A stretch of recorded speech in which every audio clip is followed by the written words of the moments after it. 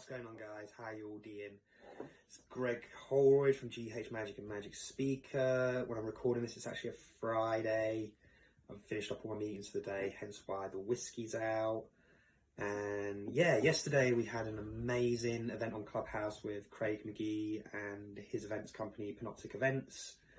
And the topic of the day was event failures, which was funny because it reminded me of a story of one of my failures, because the story I shared wasn't of my personal performance, it was watching another performer, but the following year something else happened on my behalf, and I decided to record this whilst I'm having a whiskey, and depending on what happens I might even turn this into a series, who knows.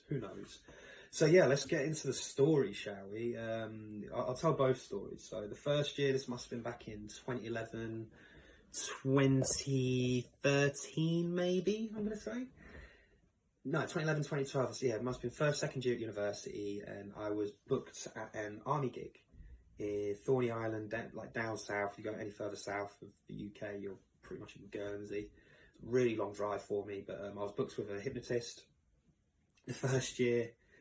And this is before I did any of my hypnosis stuff, by the way. Like, I was very much into my pickpocketing and my magic as a performer at this point. Didn't do much the stuff that I do now, so this is always fun for me to tell the stories. Long story short, the hypnotist got the people on stage, was doing all these amazing things, getting them to sleep, and sour lemons, sticking the fingers together, all this crazy stuff. And he had one guy on stage, and he started to do some hallucination work with them. All hallucination is when you, like, when I do this, I get people to imagine pink dogs and stuff, and Smurfs, and just funny things that they hallucinate and they see, and it's a funny moment, obviously. And he, just to give a bit of context, the person he had on stage, like, we're in army barracks. I don't know if you, like, when you get booked in army barracks, you have, like, the private's mess, the sergeant's mess, and the officer's mess.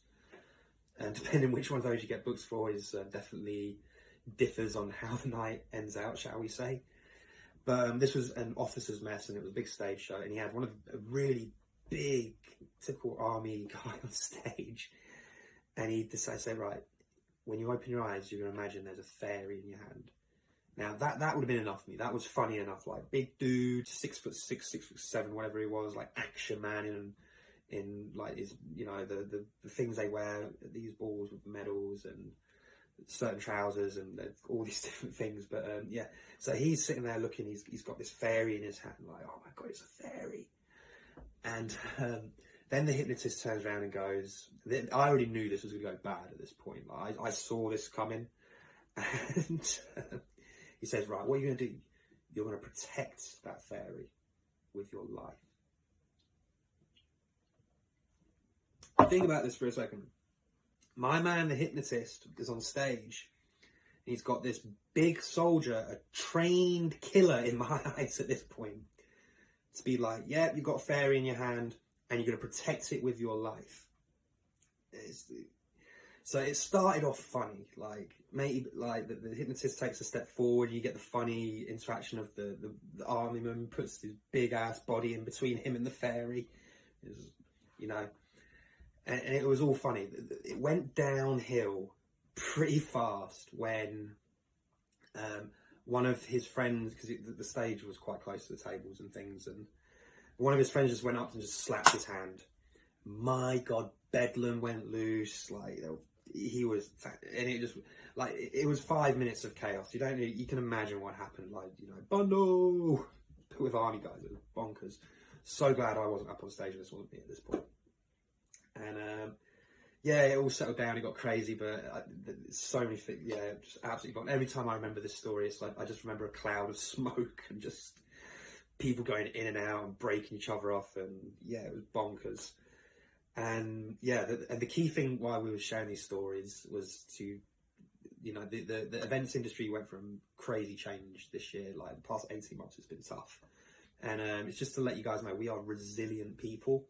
And the key lesson I took away from this, well, actually I didn't learn until the following year, we'll get to that in a second, but is know your audience for the events. So if you're an events organizer, performer, anything with events, just, you know your audience. That's probably one of the biggest things I took away from this session. And then as we finish this, I believe it was one of Craig's colleagues. I believe it was his name is Tarzan, who was, and he was talking about laser pens or something of that nature, and they both reminded me of what happened the following year, which was my fault.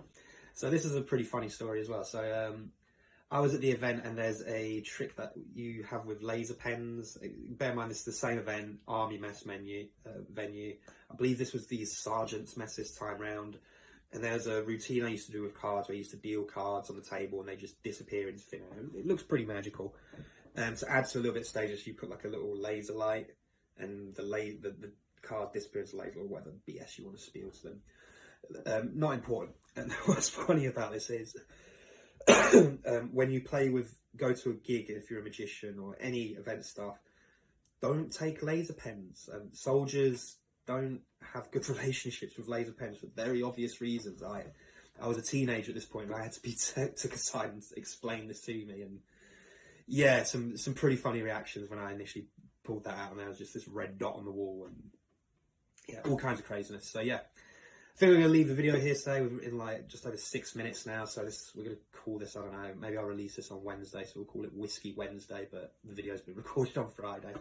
But yeah, thanks for listening, guys. If you guys have any other crazy ideas or things you'd like me to talk about in these videos, let me know. Hit the like button, all that jazz. I don't really want to upsell this. Yeah. Thank you guys so much for listening, and we'll see you guys in the near future.